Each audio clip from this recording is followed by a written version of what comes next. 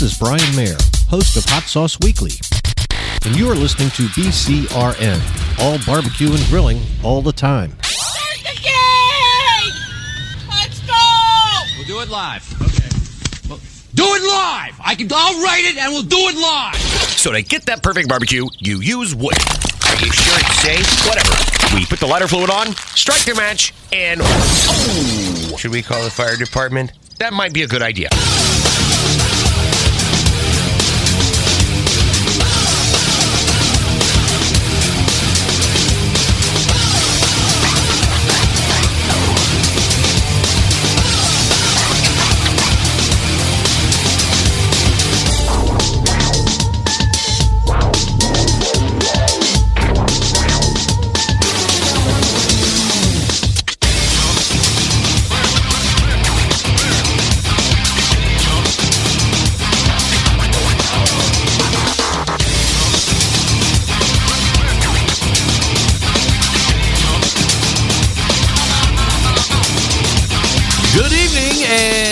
Welcome to the Really Big Barbecue Central Show.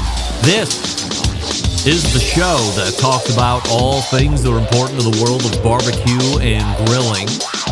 The show originating from the Rock and Roll Hall of Fame city, Bomb City, USA, Cleveland, Ohio, the barbecue capital of the North Coast. I am your program host, Greg Rempe. Happy to have you aboard here on your Tuesday evenings live fire, fun, and frivolity show. If you would like to get in contact with the show this evening, or better yet, follow the show during off-show hours, here's how you do all that. You can get in touch with the show by sending an email to Greg at bbqcentralshow.com. Follow us on all the social media channels at BBQ Central Show. And be sure to subscribe to the show podcast feed on your favorite podcast platform. Anything else you want to find out about the show can be found at the main website, thebbqcentralshow.com. And here's what's happening in case you didn't read my Facebook show page. Coming up in about 12 minutes from now, it's a first-time guest. It's the co-founder of one of the items that has the attention of the complete barbecue and grilling world. It's something called the BBQ World Cup, and Scott Erdmann will be joining me, not only for 14 past the first hour, but we will follow that up with a 35 past the first hour, asking all the questions that everybody wants to know. There have been some podcast appearances. I haven't heard all of them, but I have heard some of them. And I, of course, will be asking the questions that no one else either seems to want to ask or are afraid to ask, or a combination of both. I am neither afraid and I want to ask. So being the watchdog for all of this stuff as I bill my own self, I want to make sure that if you plan on taking part of this, you feel as comfortable as you can. First-timers in, I love what they're saying. I love what they're talking about. I love what the goals seem to be.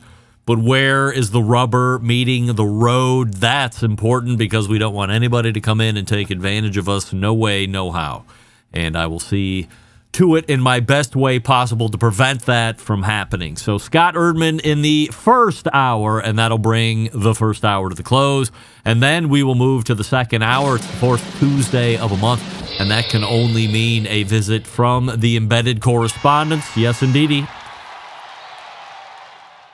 Now, we do have a little bit of a jumble up this month. So Doug Scheiding is in travel. He will not be a part of the show this week. We also have somebody else that has been a recurring monthly guest, a recurring monthly correspondent. Not in the show tonight as well, but we'll address that in the second hour.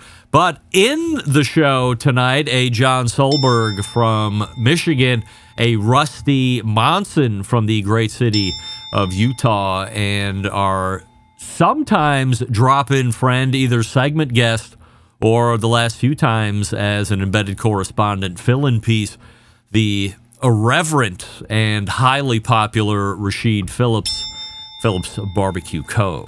So that's how the show is shaping up here this evening. Scott Erdmann in the first hour from BBQ World Cup, and the embedded correspondents in the second hour. Don't forget you can follow me socially on Instagram, Twitter, TikTok, Snapchat, and LinkedIn, all with the handle at BBQ Central Show.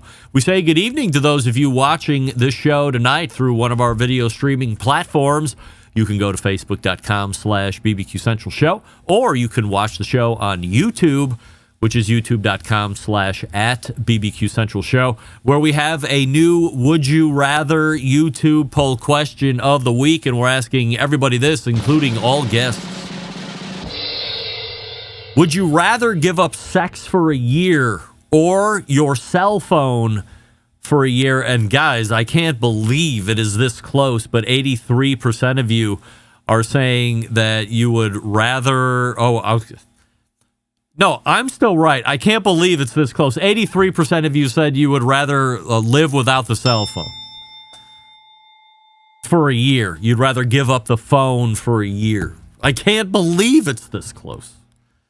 I can't believe 17% of you are saying the sex. I mean, what are we talking about here? Guys, I mean, this is what it's all about. Maybe gals, this is what it's all about. It couldn't be less of an instant answer for me. What am I giving up? Sex? Never. Offer me anything else. Sex, or my kids are going off a cliff. Sorry, kids. I can do the sex again to have more kids. $1 million or the sex? Sorry, $1 million. I can make more money tomorrow. The sex wins. 17% of you can't live without your cell phone? You got to be like 22 years old if you're listening to the show and you pick your phone? I'm ashamed for all of us, men and women alike. This is not a sexist thing. This is a joint sex thing. Sexism? It's a group sex? What? No. I don't mean that. I mean, as the sex is male and female. It's a group sex thing that we can't believe that you would rather give up your phone for a year. No way. Give up sex for a year. Come on. What are we doing? All right. I've just completely lost. Oh, right. So we got a poll question from last week's show. Would you rather live for a year in a nudist colony or in the Amish community? I can't believe it, but 60% of you are saying you would rather live in the Amish community, but we talked about that last week. So go back and get it if you missed it. So let's start here tonight. The question repeating over and over since it happened. What happened during the Hey Grill Hey segment last week? We could hear Todd and Susie, but all of a sudden, we couldn't hear you. Speculation running rampant. The internet went out. The computer blew up. My microphone fuzzed out. Oh, but there was a lot of this. Maybe you didn't think about this. Hey, Greg, was this one of your cats? Yes, it was. Yes, it was. As luck would not have it, the youngest of all cats, who happens to be a Maine Coon, Charles von Slickman III Jr., he's got a thing. If he hears me down here, he's quickly running downstairs, right? And he jumps up on this little box.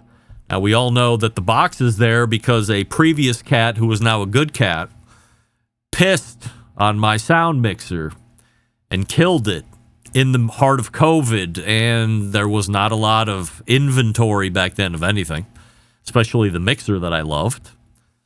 So it became very dicey for a few weeks until I got one through eBay on emergency and really laying it on thick with the guy that had it. So Charles von Slickman was on the box. He was minding his own business, sleeping as he usually does, because for a cat at a barbecue show, not very exciting. And my youngest daughter, Marley, came in here into the studio, started petting the cat. The cat got a little riled up. The cat's paws started flailing around, and he clipped a USB cord, the one that controls the sound into the mixing software program. So you could hear Susie and Todd, but you could not hear me because my USB cord got clipped, thusly removing my sound.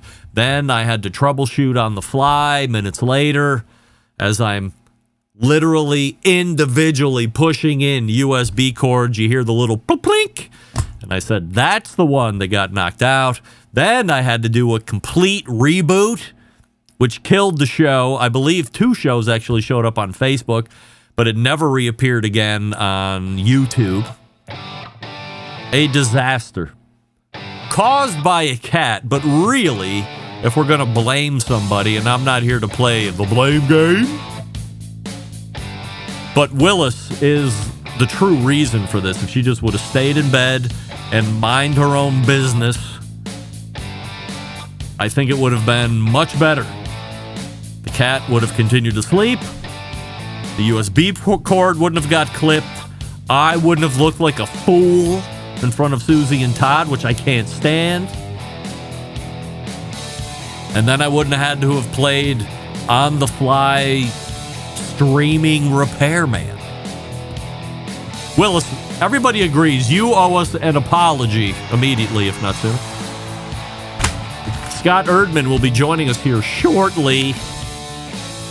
By the way, Susie and Todd end up giving a incredible rest of their interview segment. So if you missed that, you should go back and get it next week.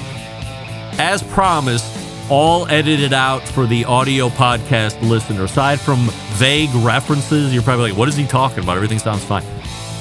I did you a solid, audio podcasters. Remember that. I might need to call in that chip down the road. Hey, what do we love about ceramic cookers? We love that they're fuel efficient.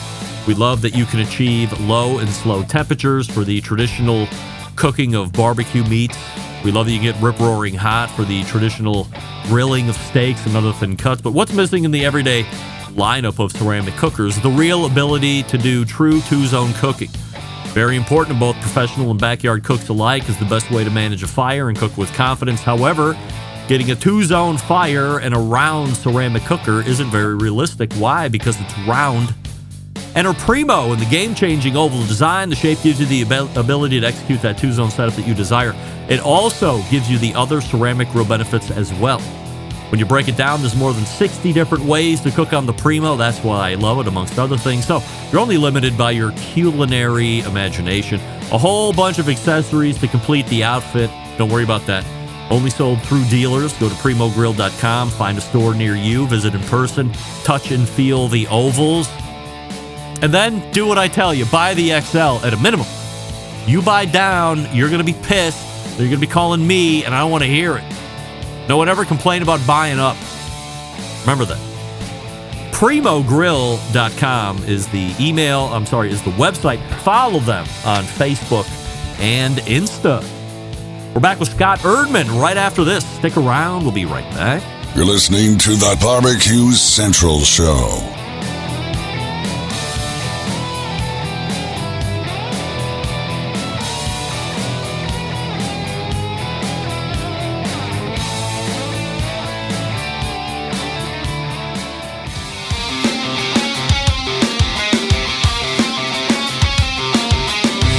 Broadcasting live from the BBQ Central Show studios in Cleveland, Ohio. You're listening to the BBQ Central Show. Once again, here's your host, Greg Rempe. All right, welcome back. This portion of the show being brought to you by Fireboard 2, Fireboard Pro, Fireboard Spark, the wireless Fireboard Pulse, and the Fireboard Beacon. When you use the Fireboard app, you have total access to all devices anywhere in the world. Find out more by visiting fireboard.com or call 816-945-2232 today. My first guest tonight has co-founded one of the most talked about barbecue events of recent memory. You might have heard about it. It's called the BBQ World Cup. Qualifying for the event takes place this year in 2026. Culminates with a main event targeted for the spring of 2027 in Las Vegas. Here to answer the most important questions that no one else has the balls to ask, we welcome first-time guest to the show, Scott Erdmann. Hey, Scott. What's up, Greg? Thank you for having us. I appreciate you coming on here this evening. Before we get into everything, we do have a Would You Rather YouTube poll question of the week that we're asking everybody, including all guests. You are a guest, Scott, so we'll ask you. Scott, would you rather give up sex for a year or your cell phone for a year? Oh, I got to go cell phone. Yes, of course. I mean, you answered just as quickly as me. 88% of us are also in alignment, which kind of shocks me that 12% can't live without the phone in lieu of getting down. So, I mean, getting down has always been first priority to me no matter what. So glad to see we have that in common as we start out here. So let's dive in and get all the fun stuff out of the way first, and then we'll get into the really boring stuff. The final event is set for April 2027 in Las Vegas, but where specifically? Yeah, so we're, as you're evaluating, all of these properties and areas in Las Vegas to be able to host something like this, we're knee deep in with conversations with the tourism group and all the properties. So, RFPs are being submitted right now, and we're basically just trying to evaluate who's going to be the best partner, right? From a logistics standpoint, who's going to lean in a little bit and help promote this. So we're knee deep in that right now, and we're hoping to hopefully have something locked in, within the next month, because the plan would be to go on sale with packages and hotels and announce all that stuff, hopefully in the next month. I'm certainly no Vegas expert. You probably have way more experience in dealing with Vegas than I do. But if we're just a little over a year from what will be that inaugural culminating event, I mean, isn't time already of the essence at this point? Yeah, for sure. You never, I feel like when you're planning things, you never have enough time, right? You always want more. You always want to be more proactive in everything that you're doing. And, fortunately we got, a lot of good partners, and we got a lot of good folks that we're having these conversations with. So, we're still planning everything, right, from a logistics standpoint in terms of layout and all of those things from a customer experience standpoint as they're planning to, experience the World Cup and Expo in Las Vegas. So, we can kind of run both in parallel, or we can still plan and do all the things that we need to do. That way, all we need to do is adjust to the layout that the properties have or the area that we end up selecting. So we're still going, we're doing all of those things simultaneously. And of course, you always want more time, but it is what it is. Your specific thought, what would be the ideal location for both the Barbecue Cup and the Expo? Yeah, I mean, it's interesting because, right, we obviously need a decent amount of outdoor space, right, in terms to host. That didn't happen. In terms to host, things outside, right? You obviously got to be smoking, got to be grilling, live fire, right? All of these things that, we plan on doing outside. So, that's the piece, right? Is, ideally we're trying to take maybe a 500,000 square foot, project. And, then it's like, I'm making it up. One property has 300,000 square feet of outdoor space. So it's like, all right, maybe we take this piece, this moves inside, we take this, shrink the footprint. But I mean, there's a lot of properties that have a lot of great space, right? Resorts World, has a lot of outdoor space adjacent to the property. The Rio's got, a great outdoor space, adjacent to their property. But like I said, there's a lot of areas that, we're also, we can see from like driving on the strip, you can see areas that are, easy to go, oh, that's perfect, but then, we may hop on the phone with Caesars, and Caesars may say, hey, well, we got this space. And it's like, we didn't even know about an outdoor space that they have. So, I mean, the only ones, downtown, old school Vegas, there's a lot of areas down there. Resorts World, like I said, has been one that, we're having conversations with, and, they have an ideal setup that we think could be a perfect footprint, but right. You need the right partner, right? You need somebody that wants to, build this and grow this and, build the IP and grow this over the years. So, but yeah, I mean, I would say that that's probably the one, that looks the most exciting from an outdoor perspective and indoor perspective? So we talk about Vegas. So Vegas is a city. We know that. But I think also people think Vegas as, I don't know, 3, 4, 5 miles of a strip. Maybe it's not even that large from a miles standpoint. It doesn't have to be on the strip in order to be Vegas, correct? Like that's not is that the overarching thought, that you want it to be on strip, or way better to have space first, and if we're a mile outside or 2 miles outside, better to have a space that can accommodate us versus being in a specific venue? 100%, right? And that's exactly what we're, again, South Point's got a great property, and it's a couple miles off the strip, right? Silverton has a lot of outdoor space, and Christy Vanover hosts her barbecue jackpot there, and so they've leaned in on helping her, and and willing to dive in. So 100, that's exactly what we're looking at. And again, who knows? Maybe in 4 years, we're like EDC and we take over the Texas Motor Speedway, or sorry, Las Vegas Motor Speedway, where they host that, and they have 300,000 people, that go out to that. So, but we're looking at, right, you got a lot of foot traffic in Las Vegas, and, there's, I would say, a lot to do during the day. I mean, obviously Vegas has a lot of things to do, but, if you're here for, an event or a convention, it'd be nice to have something that's walking distance. So we're kind of taking all those things into factor. Let's talk about perhaps the first, or 1A, 1B. So 1A, let's say location, or maybe that's 1B, and this could be 1A, which is grand prize for the 2027 final event somewhere in Vegas, hopefully determined shortly. If I am a team and I qualify for the final and I go to Vegas and I win the whole thing as the new world champion of the BBQ World Cup, am I collecting $1 million in cash? In cash. Yes. That is wow. That's the plan, baby. That's the plan, or that's happening. Two different things. That's happening. Yeah. That's happening. Yeah. Wow. Somebody's winning $1 million, and it's not. And so, the total prize is going to be more than that, right? In terms of all of the teams, we plan on doing all the categories, and, ribs and chicken and brisket, right? So we're working through all that, but it's going to end up being more than $1 million, right? So anybody that is attending has an opportunity to win. But yes, the grand champion will win $1 million, not cash and prizes.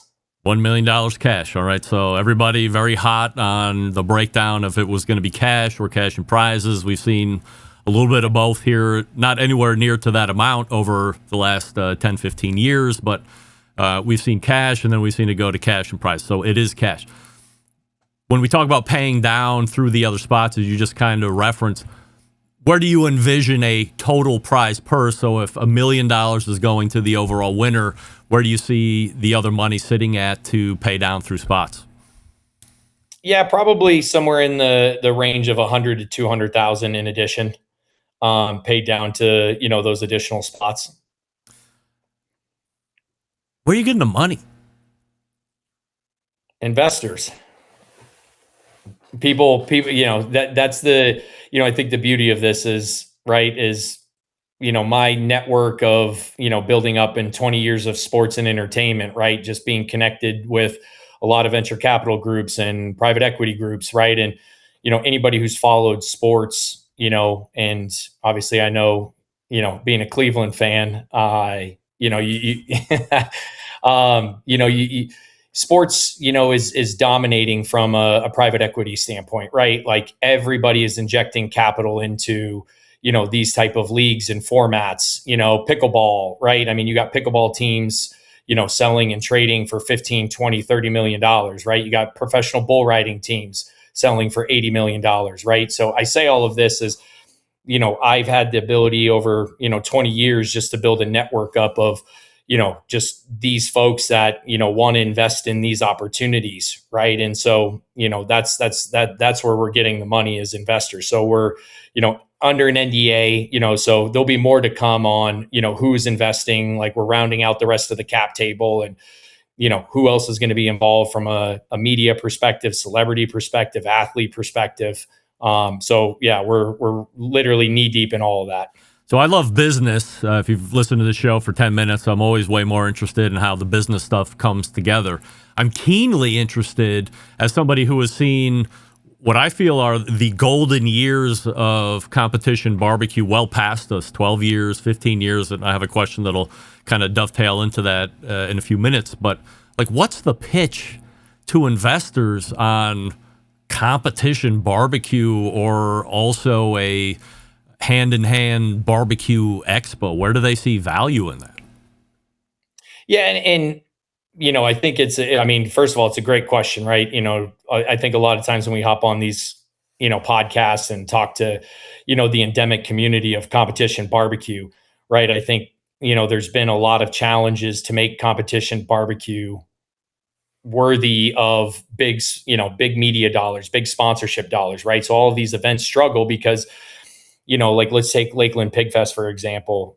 Donovan and their group run an awesome event down there. And it's like one half of the event, if you were to draw a line, is competition teams cooking. The other half is the public, music and vendors and live fire and these different things. But the competition side, you'll have fans and consumers walking in those areas. And it's anybody who's been to these knows that it's very, it's closed off. It's not that it's not friendly, but it's like if they're in the middle of cooking, you don't know, like, hey, somebody's getting ready to turn in ribs in 10 minutes. So like they can't really talk to you, So the challenge that has existed is still going to exist to a certain degree, right?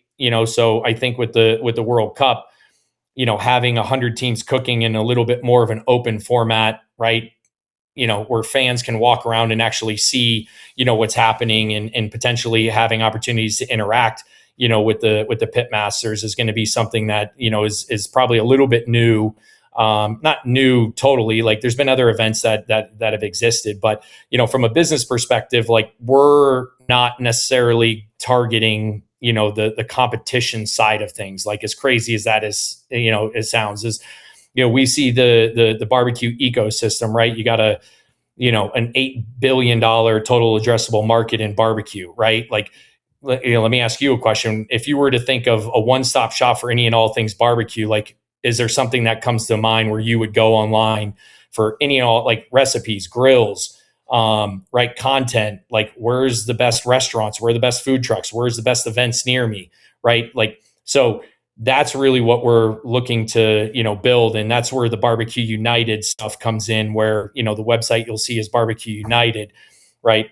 The subset of that. So think of ESPN. And then when you go to ESPN, you got the World Cup and you got the different areas within that. But like Barbecue United is kind of the central hub that we're building where it's all things barbecue, right? That's the goal, from that perspective. So I would say the easiest way to, right, there's a million things like, from a business perspective and, how we're looking at generating revenue and what all that looks like.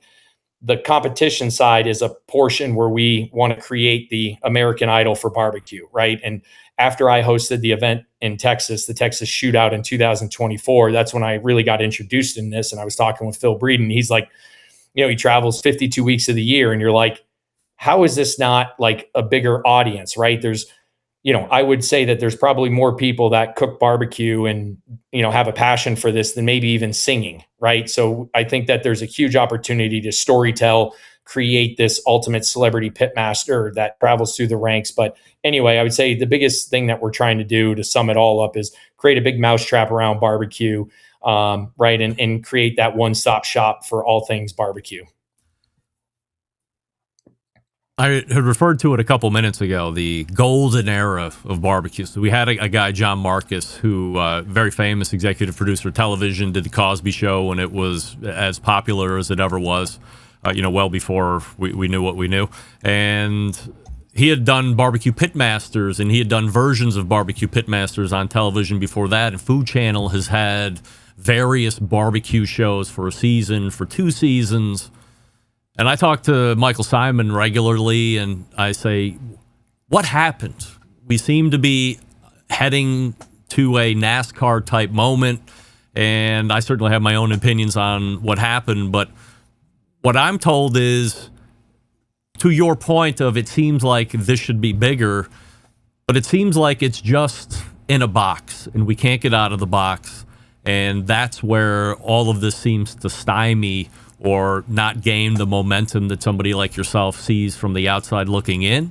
And you have a plan to alleviate the issues we've had in the past and potentially bring it to the forefront? Yeah, again, like, I would say that, I think, when there's the same problem and you get two different perspectives, right? You go into a garage and, there's a car there that's 60 years old, and one person sees this as a huge opportunity and somebody goes in there and like, oh, it's a piece of junk.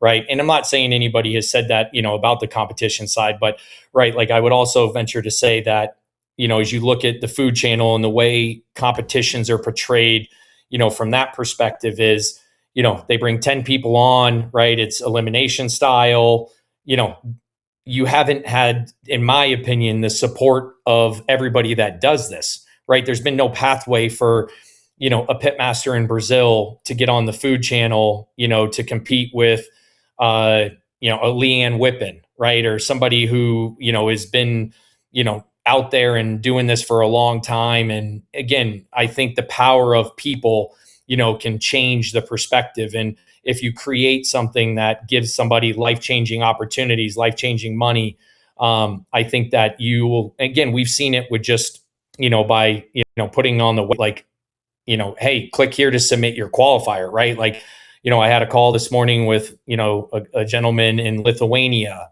Belgium, Brazil, Croatia, San Tropez, right? So, we've gotten a whole bunch of these, these forms, these intake forms, of all of these incredible events around the world, right? And even with, our pitmaster committee, we're great at understanding what all the events in the US are. But when you unlock something to the, I think to the people and they have a pathway, and people love stories, right? I mean, that's why, and Shannon, my, our co-founder, she comes from the American Idol background, right? So storytelling about, somebody who nobody had heard of. And now all of a sudden this is, one of the biggest celebrities in the world, right? It's because you're giving somebody, even again, World Series of Poker, right? Like I started playing poker at my buddy's house because, it was a thing to do. And Chris Moneymaker won $1 million, right? So to me, the power is in the people having the opportunity, to kind of build their stardom through this.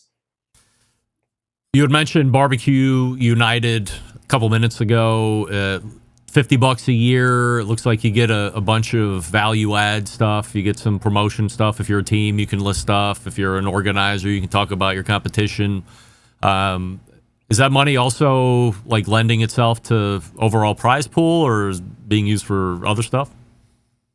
Yeah, no, it's not. I mean, again, the money from, investors is, really what's, gonna be put to stand the business up and do everything that we need to do. Right. I mean, those are just additional things like, we're taking what basically everybody else does, from a barbecue association standpoint and creating something. But, we're trying, we're gonna create something where there's a lot more value. In my opinion, you have a lot of great, incredible groups out there, but we want to have this ecosystem where Barbecue United members get 10% off at Hertz, you get 10% off at Kroger, you get 10% off at Publix, right? Like this full ecosystem that those brands then are a part of our event, they're a part of our ecosystem. So back to the business behind it, right? We're looking at this from how do we aggregate everybody that loves barbecue, into one area, and then we can start to feed offers and create a lot more value, that way. But yeah, the $50, for this year is from a judging perspective and the team perspective. Now, if you do win, let's say, the Houston Rodeo and you didn't sign up as a member beforehand, right? We still want to like, excuse me, that would suck to, you were number one at this event, you GC'd this event, and now you weren't a member before. So, that's why we have it on there where you're a non-member, you just pay a little bit more or a lot more, to come compete at the World Cup. So we're trying to incentivize people as almost like a lottery ticket. If you're going in to compete, and you're like, hey, throw $50 towards this. If I get first place, like, now we only have to pay 500 for the World Cup to compete at.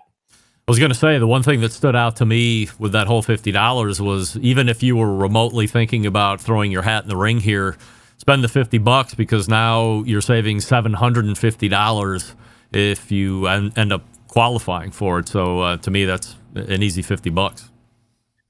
Yeah, and again, when you're going through these things, we know that not everything's going to be right in year one, right? But you got to stand something up. You're gonna take some on the chin, and things aren't going to be perfect. But yeah, I think the thought process was right. In the future, we want to get to a point where hopefully the cost is even lower, right? And again, we have sponsorship and all these additional things that can help lower that. But that would be the dream, to get to that point where the World Cup is free for people to compete in once they qualify.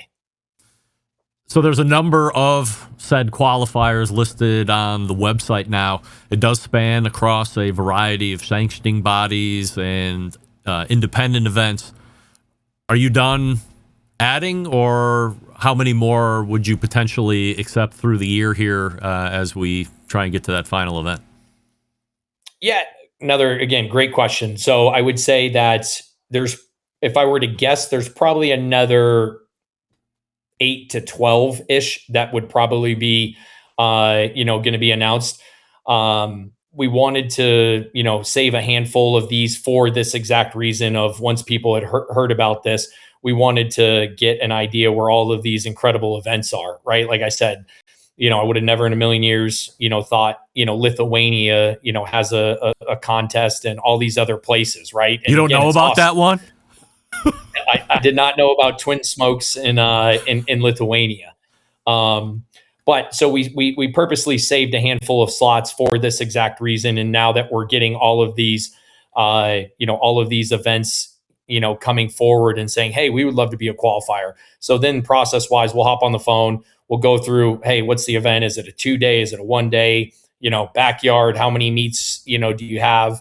But yeah, so I would say, we're probably another, 8 to 10-ish, 8 to 12-ish, that we would, that will round out the final, 100.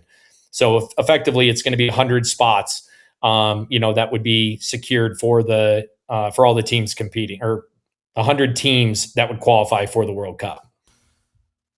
So international, to me, fine. I'm American. I'm only focused on America. I'm a myopic American.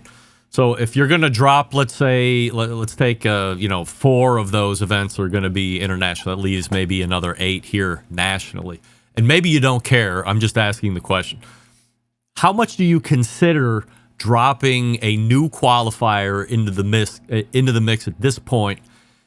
Because you have to know that with the continued eyeballs and visibility of BBQ World Cup, if there are, which I'm sure there are, competing events on whatever next one you're going to make a qualifier, people might now not go to Praise the Lard in Murfreesboro. They might not go to Johnny Trout's barbecue contest. They're going to go to a qualifier for BBQ World Cup. So is that something you even think about, or this is business, baby, and shut up? No, I mean, it's 100% something that we think about, right? I mean, in Brazil, we had, conversations with a couple groups down there that host KCBS events, and, they were too close to each other, right? So we were like, hey, we're not, this initial year, our plan is to try to spread things out, as evenly as possible. But to answer the question, in the future, right, we're already thinking about, how do we take 50 events on the West Coast, 50 events, in the, the Central, and 50 events on the East Coast, and allow those 50 events to take 2 qualifiers to a potential BBQ World Cup qualifier, right? So how do we unlock every event, right? So I would say that's a big piece to the puzzle to figure out is, how do we allow everybody's event to have a pathway into the World Cup, right? I go back to the Bullhead City one, with Tashura and their team down there. And, when we were talking with them, I think they were around 25, 30 teams signed up. And then when we announced in, I think 2 weeks, they had 60 teams, right? So our plan is, how do we lift all of these competitions around the country, so everybody's got a pathway into, a route into the BBQ World Cup. So, that's the plan, is to try to lift every competition. And, we're definitely thinking about that. So it isn't a, hey, we're going to, put this event over here and not think about the other 20 that, could be impacted. When I'm reading through the founders page, and also went through the Pitmasters competition committee, but specifically founders pages and advisors, each of your blurbs are honestly more impressive than the next. But holding old boy aside, Chad Ward, I mean, none of you really have barbecue event organizer on the resume per se, and I've seen a lot of people and organizations try to come into this portion of the world with a game-changing design or concept, and it either fails to launch altogether or doesn't pan out for a myriad of reasons and ends up having a pretty short lifespan. Why is it different for you guys? I mean, listen, I think sometimes, again, back to, having, a fresh eyes on things, right? I wouldn't say that, we don't have experience from an event perspective. Right. I mean, to me, it's one of those things that's interchangeable, right? If we've run, NFL draft stuff that's had 10,000 people, at these events, and we're going through planning and, all of that stuff. I mean, you're rinsing and repeating, right? You're changing out a football toss activation for, a live fire activation, right? So, doing those things, we've definitely been a part of events, maybe not in the barbecue space.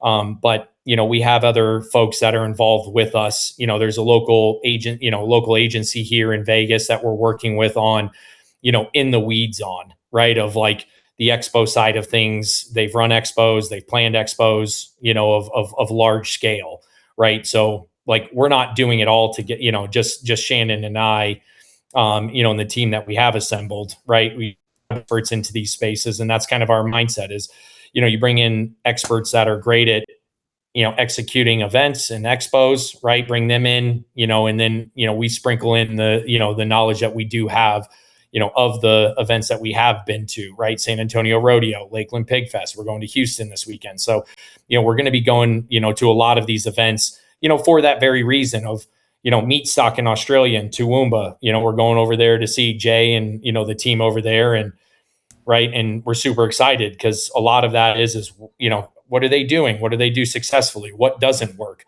Right. But we're also consulting a lot of those groups, to help us plan as well. But yeah, hopefully, again, when you put 100% of your effort into something that you're super passionate about, I'm confident that we're going to be able to nail this out of the park.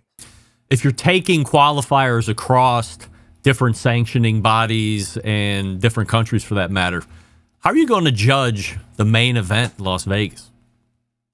Oh, it's $1 million question. No pun, right? So right.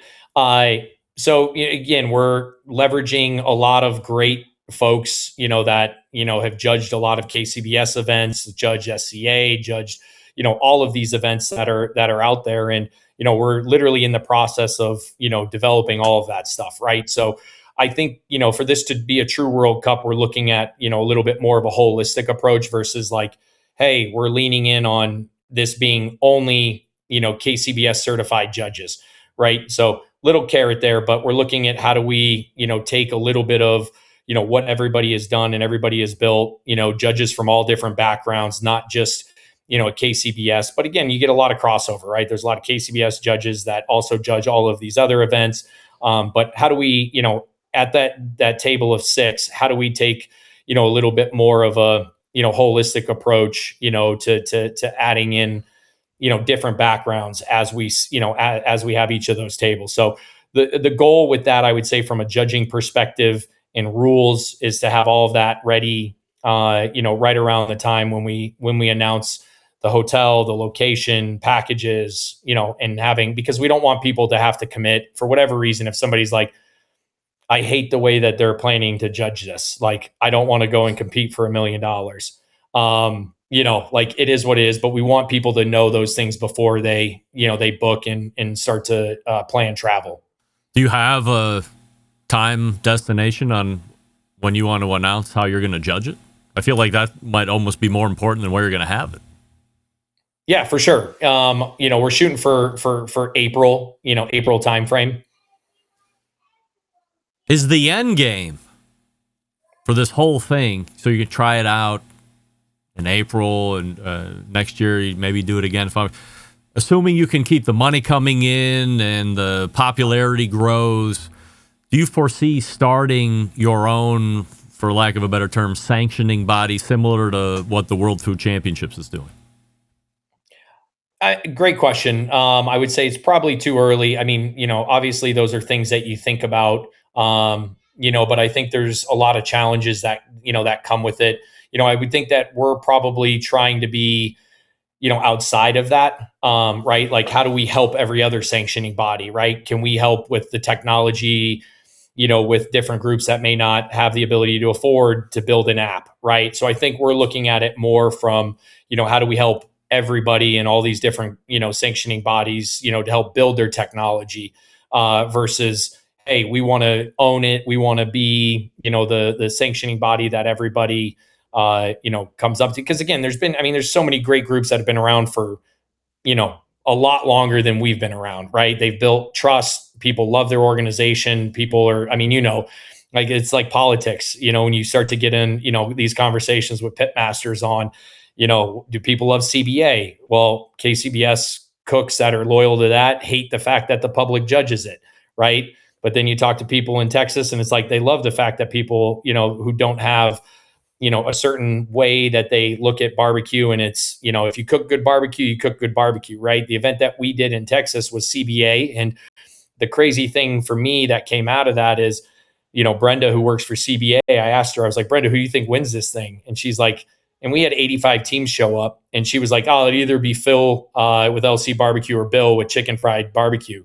Literally, we had random people from an RV expo that came in and judged us with zero background, and Phil first place, Bill second. Wow. Right. So to me, it was like, oh, that's super interesting that, these people that are coming off the street that know nothing about like what barbecue should taste like, look like, the person that, two people she picked came in first and second. Right. Anyway, I say all of that is like, our goal is to hopefully try to, help all sanctioning bodies, everybody that's involved in barbecue, from that perspective. Have you had any conversations, preliminary or otherwise, with World Food Championships?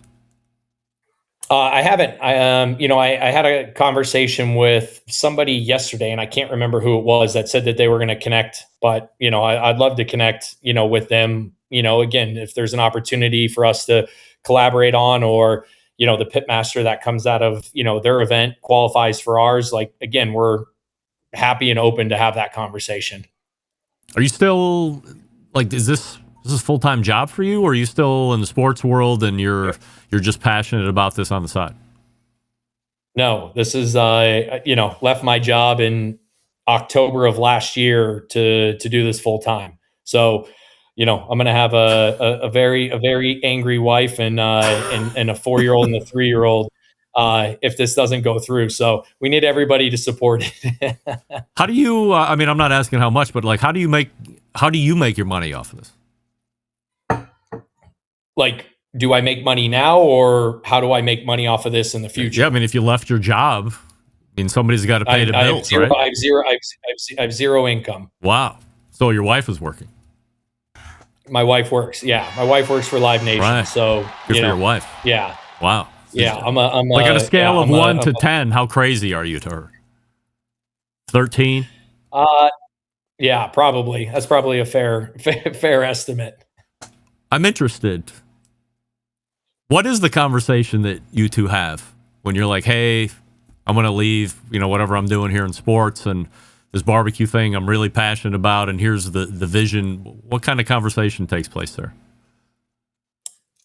Thank goodness, that she's super supportive of it, right? I think, when you tell somebody this, nonstop for a long time, I think it's one of those things where you start to get hypnotized. You're like, I almost have to believe my husband, like, there's a path and he's got a vision and, all the things. And, and we're starting to assemble that team of people and, bringing all the right people to the table. And again, my wife as VP of partnerships for Live Nation, right? So she's in the sponsorship space for Live Nation across all their festivals globally, right? So we come from the same background, right? And I think, when I lay out kind of the sponsorship plan, again, that's been our background, for 20 years. And she's been doing it, for the same, amount of time. And, so anyway, I think when you are passionate about something and, convince, there's probably a little bit of convincing that needs to take place. But,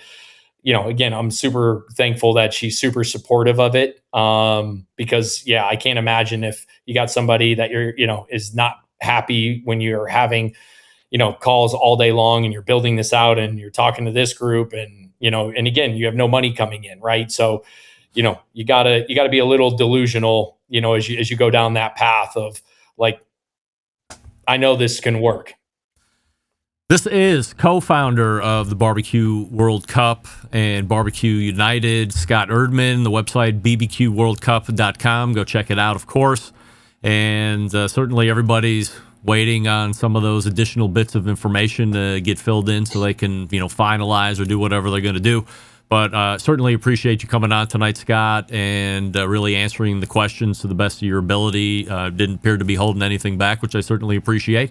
And I wish you nothing but success. If there's any way that I can help in any form or fashion, please feel free to reach out, and we'll check in with you again down the road. Absolutely. Thanks for having me. You bet. Scott Erdmann right there.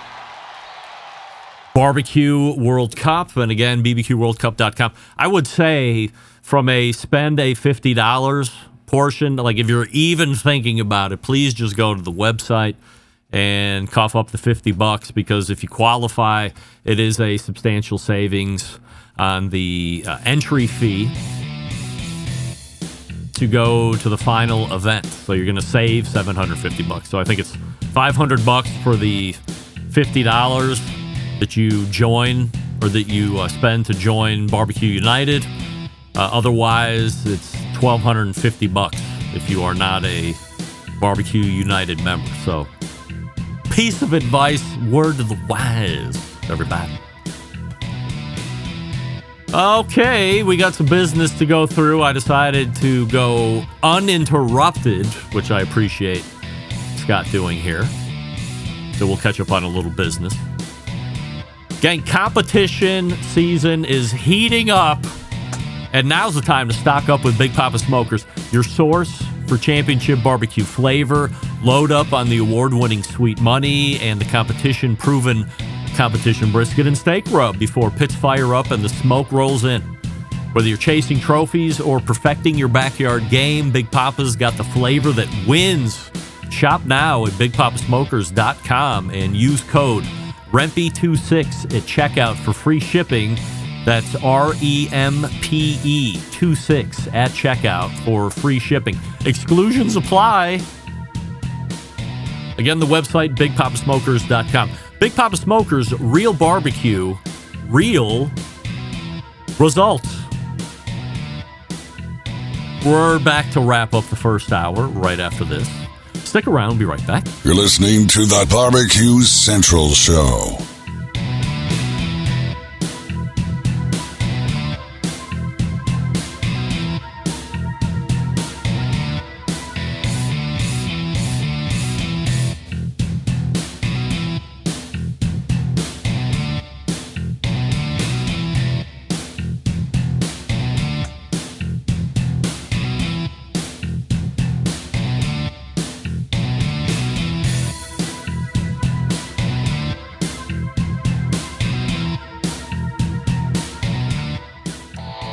Howard Stern, Jim Rome, Dan Patrick, and Greg Rempe. The Mountain Rushmore of talk show entertainment. Now, let's get back to the Barbecue Central Show.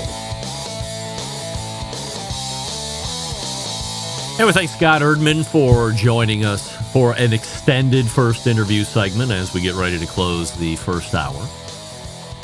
Just tuning in, shame on you. You can go back and get this whole podcast as we release it tomorrow.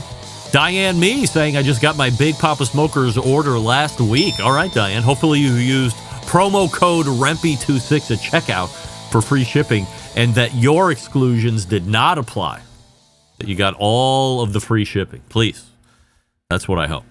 So let me know your reaction to Scott Erdmann, what you liked, what you still have questions on. I mean, obviously, one of the biggest items that still remains unchecked, and it appears to be still in negotiation or fact-finding or due diligence, is where the hell we're even going to have this place. Sounded like Resorts World, ideally, would be pick number one. And then from there, who knows? He had mentioned Caesars. He had mentioned, did he say Rio? He had mentioned going into old Las Vegas. He had mentioned going off the Strip. I agree. You know, if you're going to Las Vegas, you don't want to be taxi rides away from the traditional Vegas stuff. Although, if you're going to BBQ World Cup, maybe that's where you want to be spending your time. You don't really give a shit about going to the cigar bar at Caesar's Palace or hanging out at the Wynn Casino or the Wynn Buffet for that matter, or name all the properties up and down the Strip. Maybe that's not where the focus should be if you're going to the BBQ World Cup. One thing that we can confirm, actually, why not do it this way? One thing we can Barbecue Central confirm. Show exclusive news update. Greg Remper reporting from the breaking news desk here in Cleveland, Ohio, the city that breaks the most live fire breaking news across the country. Nay, the globe. And I'm filing it right here from Cleveland, Ohio. As heard just moments ago, the Barbecue Central Show can confirm that if you win the main event in Las Vegas at the BBQ World Cup in 2027, whenever and wherever it might actually be, you will walk home with $1 million in cold, hard cash. That's a lot of money. That's a step over here and take a picture, son, kind of money. So everybody have their accountants on retainer. Everybody know how much cash you got to set off aside for that. Not cash and prizes. Winner gets $1 million cash prize. There will also be additional money on top. Sounded like it would be roughly another $200,000 or so. Which, by the way, rarely, if at all anymore, through the competition barbecue world, are you seeing anything that arises a $200,000 overall purse. Smoke Slam was probably the most recent, but we all know Smoke Slam has taken a respite here in 2026 as they try and work some shit out.